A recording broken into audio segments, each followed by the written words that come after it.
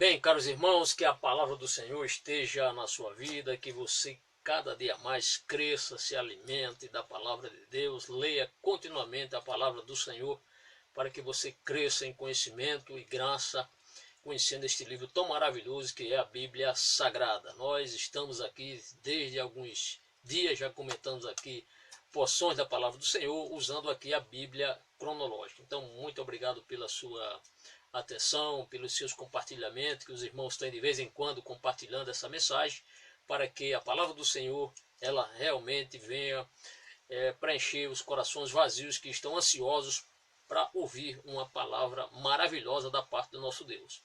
No vídeo de ontem nós falamos acerca do seguinte assunto, milagres ou primeiros milagres de Eliseu, baseado ali em 2 Reis, capítulo 2, versículo 19 a 25. Vimos ali os primeiros milagres de Eliseu, ou seja, após ele receber aquela capa do Elias, ele bate naquela capa, com aquela sua capa no Rio Jordão, o rio se abre e ali ele passa e começa então o seu ministério. Vimos que naquela ocasião ele chegou naquela cidade chamada Jericó. Aquelas águas eram águas amargas, impróprias para o consumo humano. Ali os homens daquela cidade o procuraram. Ele, através de um prato de sal, na verdade, nós falamos naquela ocasião que não foi o sal que saneou aquelas águas, que tornou aquelas águas potáveis, mas foi o poder do nosso Deus. O sal foi apenas um objeto para materializar o milagre, mas o milagre mesmo quem fez foi o Senhor, nosso Deus. Vimos também um milagre que foi um milagre mais de julgamento, quando aqueles rapazinhos, aqueles adolescentes começaram a caçoar do profeta do Senhor, dizendo sobe calvo, né? Ali depreciando, estavam ali fazendo chacotas com o profeta do Senhor.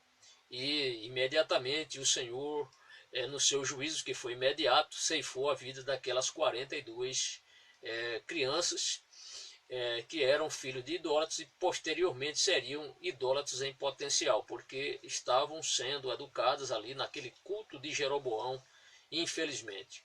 Vimos também que, terminado aqueles 2 milagres, ele então se retira, vai em direção ao Monte Carmelo, passa ali não sabemos quanto tempo, e ali ele retorna para Samaria, a capital ali do Reino do Norte. A partir de agora nós iremos falar sobre o seguinte assunto. Agora, outro grande milagre que o Senhor fará através do profeta Eliseu. Ele agora vai ser um milagre, podemos dizer assim, um milagre de misericórdia. Por quê? Porque Deus vai agir em favor de uma pobre viúva, uma mulher desamparada. Seu marido já tinha morrido e ali ela ficou desamparada numa situação realmente precária, difícil para ela sobreviver.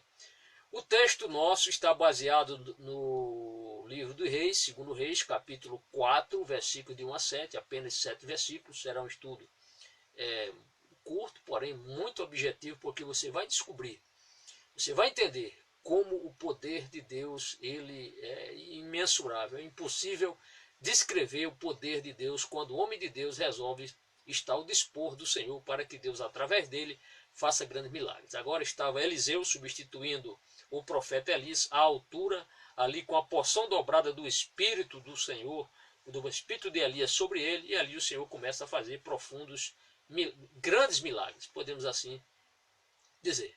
Então, preparado aí, vamos então à palavra do Senhor, vamos ao nosso texto que está em 2 Reis, capítulo número 4, versículos de 1 a 7. Vamos ao nosso versículo inicial, para que possamos aqui ir discorrendo à medida que iremos explicar aos nossos irmãos. O versículo, conforme já disse, vai ser um milagre de misericórdia, um milagre para atender, digamos assim, um milagre de caridade. Por quê?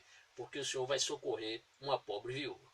O versículo primeiro, se você tiver uma Bíblia aí próxima a você, quiser compartilhar conosco, aproveita a ocasião. Se não, basta apenas ouvir e ali glorificar o nosso Deus. Eu começo aqui a fazer grandes coisas, tá bom? Então, grandes coisas o Senhor fará através do profeta Eliseu, o homem de Deus que Deus usou ali no Reino do Norte. Versículo 1 diz assim: E uma mulher das mulheres dos filhos dos profetas clamou a Eliseu.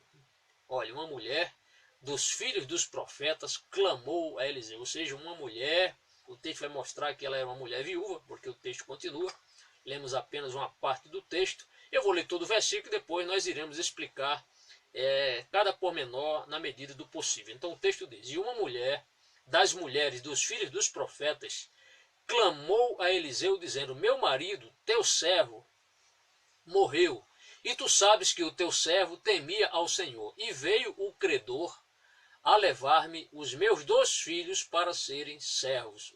Ou seja, vejamos que situação desesperadora. Uma mulher, agora viúva, desamparada, seu marido, ela estava reclamando, estava mostrando ao profeta, ela vai à procura do profeta e ali conta a sua triste situação, seu estado de penúria, de lamúria. Era uma mulher pobre, aliás, paupérrima. Nós veremos ao longo do texto que ela era uma mulher muito pobre, e ela procura o profeta do Senhor. Mas antes gostaríamos de, já lemos o versículo completo, vamos destrinchar aqui um pouquinho à medida que nós iremos comentar. O texto diz: E uma mulher das mulheres dos filhos dos profetas. Filhos dos profetas, nós já explicamos, entenda aqui que os pais destes filhos não eram profetas. É apenas um título, e em algumas versões diz discípulo dos profetas, em algumas versões diz filhos dos profetas. Mas entenda como discípulo dos profetas. Por quê? Porque nesta cidade, seja ela em Betel ou em Jericó, havia uma escola de profetas. Agora, um detalhe importante que você deve estar a se perguntar: onde ocorreu este milagre? O texto não diz onde ocorreu este milagre. Nós ficamos no último texto anterior, que foi o último versículo do último estudo, nós paramos no versículo número 25, com Eliseu saindo do Monte Carmelo e indo para Samaria. Mas com certeza é bem provável que este milagre não tenha ocorrido em Samaria, mas talvez pode ter ocorrido em Samaria, como também pode não ter ocorrido.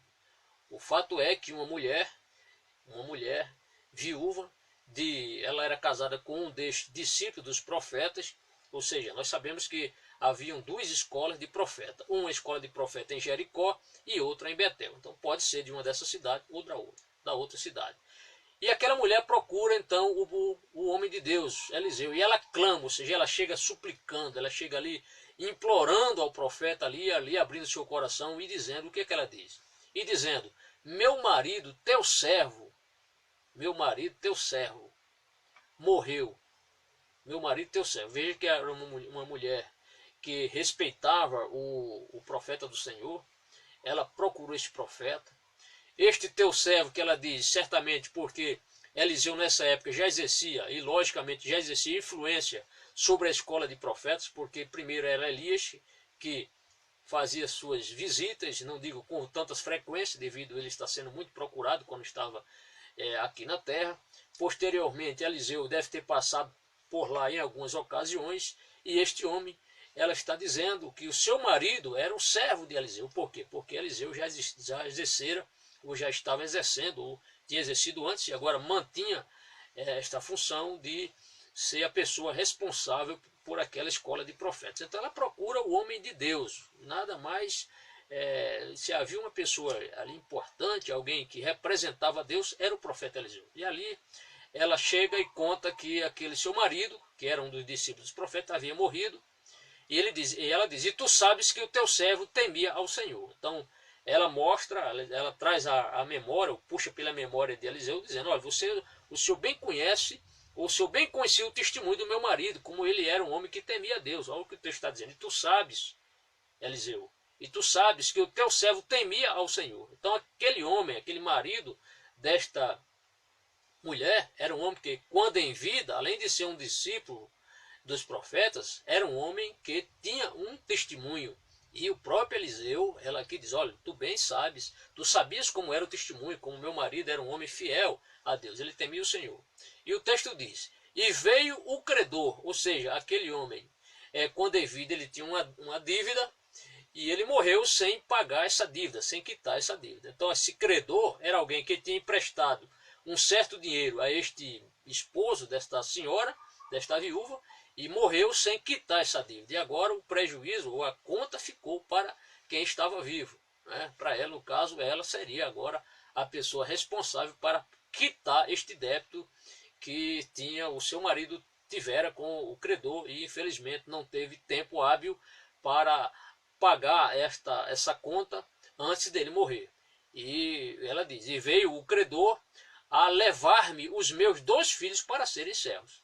Então ela mostra para o profeta Eliseu o seguinte, olha, realmente meu marido deixou uma conta, e essa pessoa que ele tomou emprestado essa quantia, não diz a quantia, mas era uma conta e devia ser paga, este credor estava importunando ela porque ou ela pagava, e já que ela não tinha condições mínimas condições de pagar este débito, ele levaria os seus 2 filhos como pagamento, porque ele queria pegar aqueles 2 filhos e vendê-los como escravo, para que a dívida fosse paga. Esta é a situação de penúria que esta mulher está vivendo. Então ela mostra que aquele credor era alguém que queria levá-los como pagamento da dívida, junto a essa conta que seu marido tinha deixado para ela, agora para ela pagar. Então ela procura este profeta do Senhor. É interessante no texto que nós podemos entender, quando o texto diz teu servo, podemos imaginar, você sabe que nos outros estudos anteriores, nós já falamos acerca disso, em Israel o Senhor tinha 7.000 que não tinha se dobrado ou não tinha beijado a Baal. Lembre-se que o reino do norte, a maioria das pessoas estavam comprometidas com o culto tanto aos bezerros de Jeroboão, como também o culto a Baal, que foi trazido esse culto por Jezabel, aquela mulher rainha que casou-se com Acabe. E certamente este discípulo do profeta, logicamente, era um homem temente a Deus, ele jamais iria se dobrar ou beijar a imagem de escultura de Baal. Muito bem, então vejamos que esta mulher estava em completa aflição, era uma mulher de uma situação que estava vivendo, só o fato de ser viúva já lhe trazia um certo constrangimento, era uma vida muito difícil para uma mulher viúva. E a palavra do Senhor, eu quero ler aqui um texto aqui em Deuteronômio capítulo 24, versículo 17, 19 a 21, e você verá como era difícil a vida de uma pessoa viúva, como estava sujeita a certas situações, digamos assim, vexatórias, uma mulher viúva. Vamos ler Deuteronômio, para não ficarmos apenas aqui no meu entendimento, mas que possamos puxar um pouquinho a palavra do Senhor, para que você entenda isso aí bem direitinho. Deuteronômio capítulo 24, versículo 17, você verá que Deus é um Deus que se preocupa com essa questão social, principalmente a questão dos órfãos e das viúvas. O Senhor deixou escrita na sua lei, na lei mosaica, certas atitudes, certos procedimentos que os demais israelitas deveriam ter para com essa questão da solidariedade com as pessoas menos afortunadas, no caso dos órfãos e das viúvas. Deuteronômio capítulo 17, vou ler aqui na nova tradução da linguagem de hoje, para ficar bem claro para você entender. Diz assim: respeitem os direitos dos órfãos e dos estrangeiros que moram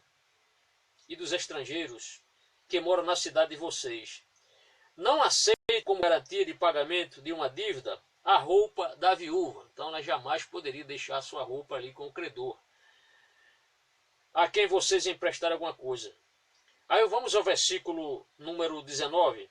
Pode acontecer que na colheita do trigo ou da cevada, você esqueça de pegar um feixe de espigas, de trigo nesse caso. Nesse caso não volte para pegá-lo, mas deixe-o lá no campo para os estrangeiros,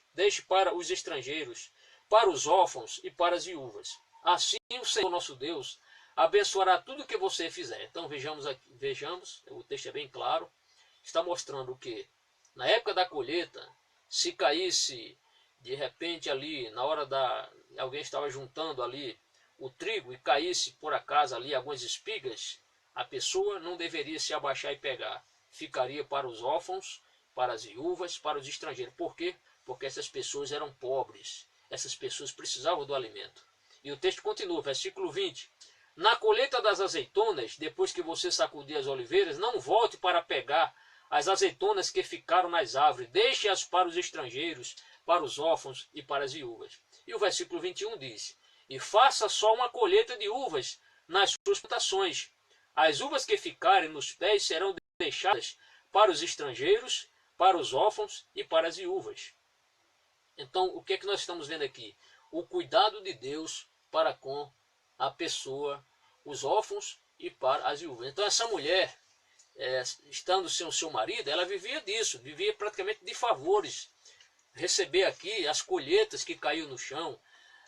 Ela vivia nessa situação. Era assim que ela conseguia alimentar os seus filhos, alimentar-se. Para quê? Para que ela não morresse de fome. Por quê? Porque era muito difícil a situação de uma mulher viúva naquela época. Só para você entender essa questão. Mas o texto também nos mostra o seguinte. Vamos ler Deuteronômio capítulo 15, versículos de 1 a 8. Deuteronômio capítulo 15, versículos de 1 a 8. Eu achei esse texto muito interessante. E nós separamos aqui para ler com vocês. Por quê? Porque a lei previa que se alguém não tivesse condições suficientes para pagar um débito ou quitar uma dívida, essa pessoa podia se vender. Ou seja, ela se vendia para um israelita, disse, olha, eu não tenho condições de pagar o que eu estou lhe devendo. Eu não tenho a mínima condição. Mas, segundo a lei, essa pessoa, ela passava-se para o lado daquela pessoa que ela estava tendo uma conta, um débito, e ali você era recebido como um servo. E Deus proibiu que alguém fosse tratado como um escravo nessa condição. Então, se de repente uma pessoa naquela época não tinha condições de quitar uma dívida, essa pessoa poderia, durante 6 anos, porque no 7º ano a pessoa saía livre. Então, a pessoa, no caso o credor, que tinha emprestado dinheiro a alguém e essa pessoa não tinha condições de pagar, essa pessoa que estava devendo poderia se oferecer para ser servo desta pessoa durante 6 anos. Foi isso que levou este credor a querer tomar os 2 filhos desta pobre viúva para vendê-los como escravos. Ele não estava observando a lei, ele estava ali faltando a compaixão, porque na verdade aqueles meninos ali eram muito crianças. Aliás, faltou o espírito ali de compaixão da parte desse credor. Por quê? Porque ele deveria ter verificado a situação da viúva. Se a viúva já estava só, se a viúva não tinha um marido, tinha 2 crianças, imagina a situação de aflição que essa mãe teria se os 2 filhos dela fossem agora levados para serem vendidos como escravos. Ou seja, ela ficaria por um período de 6 anos sem ter os seus filhos. Vamos ver o que diz a palavra do Senhor sobre isso? Está em Deuteronômio capítulo 15, versículo 7, diz assim: se houver um israelita pobre em qualquer cidade da terra que o Senhor nosso Deus vai dar a vocês, tenham pena dele e o ajudem, sejam generosos e emprestem todo o dinheiro que ele precisar. Aí vem o versículo 11: sempre haverá pobres e necessitados no meio do povo, e por isso eu ordeno que vocês sejam generosos com todos eles. Não faltou generosidade da parte desse credor concernente a essa questão da viúva. Agora vamos ao versículo 12, que trata da questão dos escravos. Diz assim: se um israelita, seja homem ou mulher, for vendido a você como escravo, ele será o seu escravo 6 anos. No 7º ano você lhe dará a liberdade. Em algumas versões, essa expressão, quando ela procura o profeta e diz que os seus filhos serão levados para serem como servos daquele homem, daquele credor, em outras versões fala para serem escravos. Então, o que estava acontecendo? Um cumprimento da lei. Só que esse credor faltou o quê? Faltou misericórdia. Ele deveria ter atentado para essa situação, para o quadro que estava vivendo essa viúva. Eles jamais poderiam afligir essa viúva mais do que ela já estava aflita, já tinha perdido seu marido, era paupérrima, muito pobre, e agora este credor, sem misericórdia nenhuma, queria tomar esses meninos, essas 2 crianças, para serem vendidas como escravas. Ou seja, essa mãe ficaria 6 anos sem os seus filhos. Quão triste essa mulher ficaria, mais triste do que já ficara com a perda do seu marido. Então, por isso, ela procura, no seu quadro desesperador, ela procurou o profeta Eliseu, para que Eliseu desse ali resolvesse aquela situação. Este é o versículo 1. Vamos ao versículo 2, vamos ver. Então, a mulher procura o profeta Eliseu, e ela conta que o credor veio e queria levar os seus 2 filhos para serem servos. Em outras versões você vai encontrar, ela menciona escravos, tá bem? Vamos ao versículo número 2. Agora, antes do versículo 2, eu quero ler para você Deuteronômio capítulo 10, versículo 18, que é aquele texto que diz que o Senhor faz justiça ao órfão e à viúva. Por que eu estou citando isso aqui? Deuteronômio capítulo 10, versículo 18. Porque Deus vai fazer justiça. Deus não vai permitir que aquelas 2 crianças sejam levadas para serem escravos, deixando aquela pobre viúva em completa aflição mais do que ela já estava. Então, por isso que eu disse no início, é um milagre, foi um milagre, este milagre será um milagre de solidariedade, um milagre de caridade que o Senhor vai fazer em prol daquela mulher viúva. O versículo 2, nós veremos agora a atitude do profeta Eliseu. Quando ele escuta o que aquela mulher estava lhe trazendo, lhe reportando aquela situação dramática que ela estava vivendo, vejamos o que disse o profeta Elias, o profeta Eliseu. Versículo 2, e Eliseu lhe disse, ou seja, mostrou solidariedade, ou seja, ele quis ajudar. Por quê? Porque ele ouviu a mulher e agora ele está procurando ajudar a mulher. Olha o que ele diz, que te hei de eu fazer? Ele faz essa pergunta, que te hei de eu fazer? É como se dissesse, que posso fazer por ti? Né? Ele não poderia nem sequer ali pedir fazer ali uma cota, pedir aos discípulos dos profetas, porque também eram pobres. Aqueles discípulos de profetas eram homens pobres. Não poderia ali fazer de repente uma cotinha, ajudar ali, ajuda com um certo valor. Por quê? Porque também eram pobres. Por isso que ele pergunta, o que posso fazer por ti? Aí o texto diz assim, declara-me. Aí ele faz uma pergunta. Veja só. Declara-me que é o que tens em casa. Declara-me o que você tem em casa. O que você tem na sua casa? E nós veremos como essa mulher era pobre. Por isso que nós falamos, era uma mulher paupérrima. Então o texto, ele vem ali, pede que a mulher exponha o seu caso, fale qual é o seu caso, o que é que ela tem em casa, né?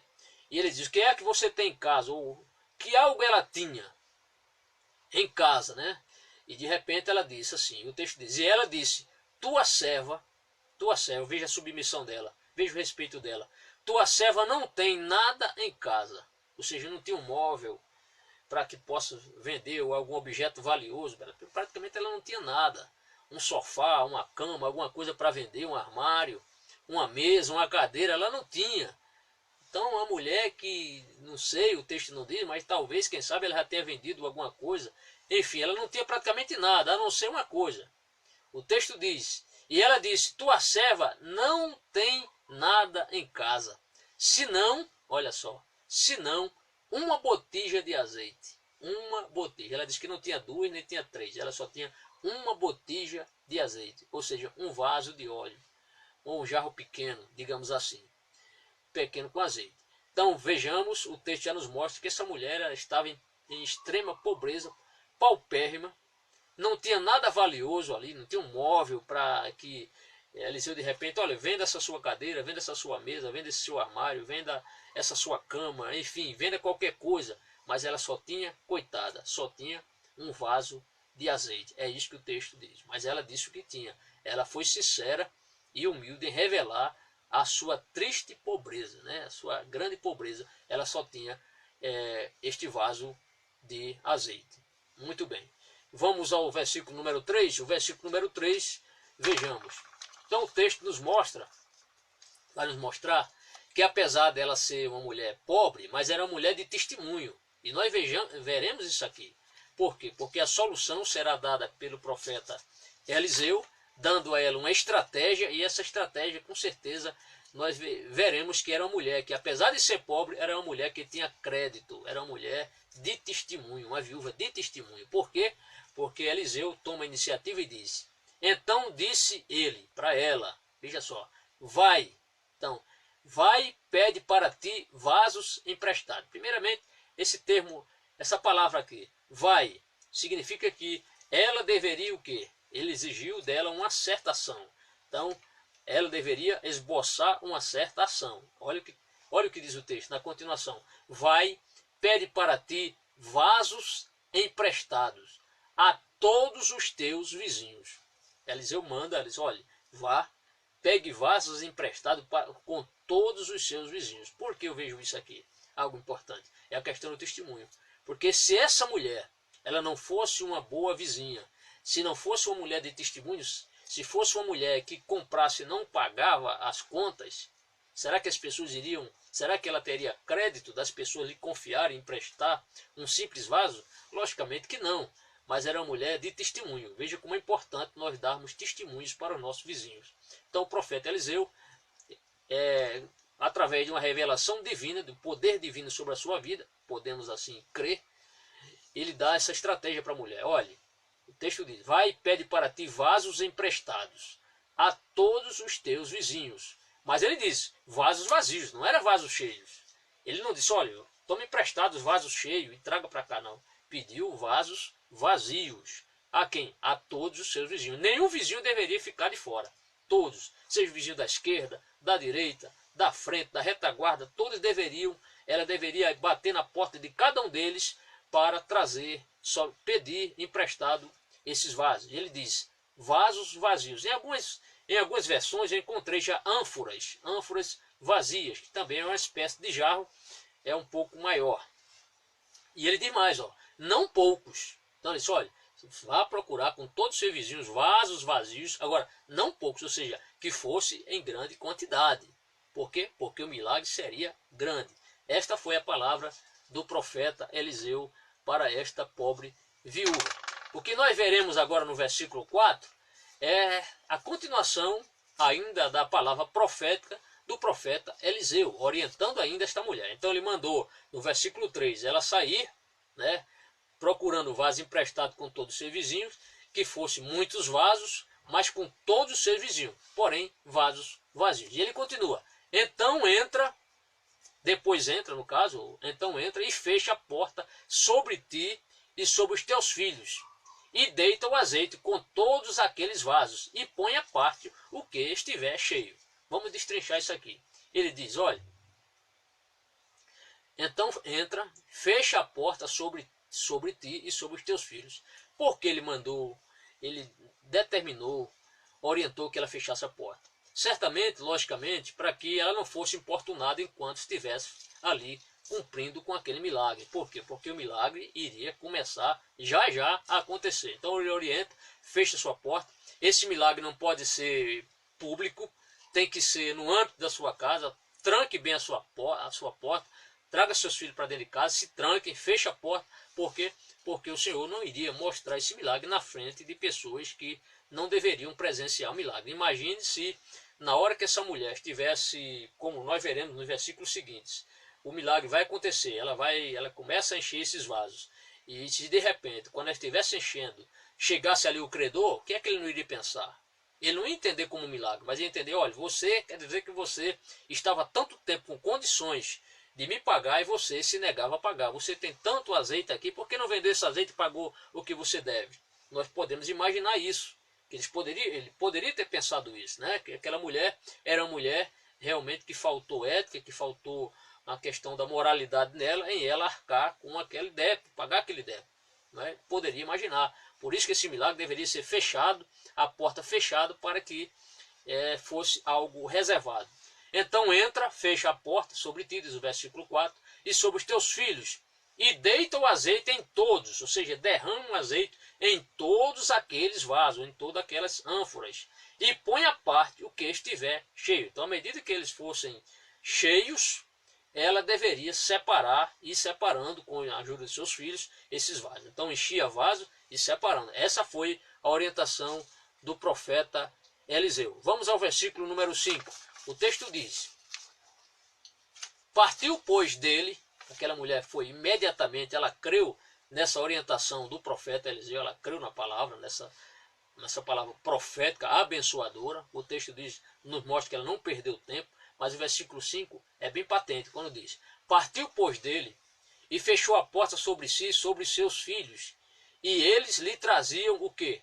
Os vasos, ou as ânforas, e ela os enchia. Então os meninos traziam os vasos, né, batia na porta ali de repente, e o menino não podia trazer os vasos de uma vez só. Então, não sei quantas vezes eles foram lá, batia na porta, a mamãe abre a porta, a mãe abria, entra vaso. E aqueles vasos, ela ia enchendo, e o menino voltava lá nos vizinhos, trazia mais vasos, enfim, trouxe vaso. Ou pode ter trazido, ou ela começou a encher à medida que quando todos os vasos já estavam dentro da casa, de repente ela pode ter começado a encher naquela ocasião. Tá? O texto não é claro quanto a esse aspecto, também não é tão relevante essa questão. O que é relevante aqui é o milagre. Então as crianças, os seus filhos, a ajudam, vão atrás desses vasos emprestados, aquelas crianças trazem os vasos. Olha o que diz o texto.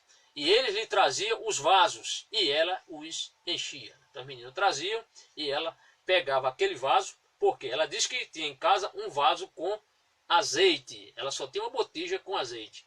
E ela começa então a encher aqueles outros vasos emprestados. O interessante é que este milagre, nós veremos no versículo seguinte, foi um milagre contínuo, porque enquanto tinha vaso, o vaso não parava. O que é que ela fazia? Ela pegava o azeite que ela tinha no seu vaso, que tinha azeite, e ela derramava esse azeite sobre um jarro ou sobre uma ânfora que não tinha, que estava completamente vazia. Só que a quantidade, quando ela colocava ali, enchia até a boca esses recipientes, e a mesma quantidade continuava cheia no outro vaso dela, o vaso principal, o vaso que deu a origem, que detinha o azeite original, nunca se acabava. Enquanto ela estava deitando, colocando azeite, derramando azeite, aquele seu azeite na sua botija, que ela tinha em casa primeiramente, não parava, ela não secava,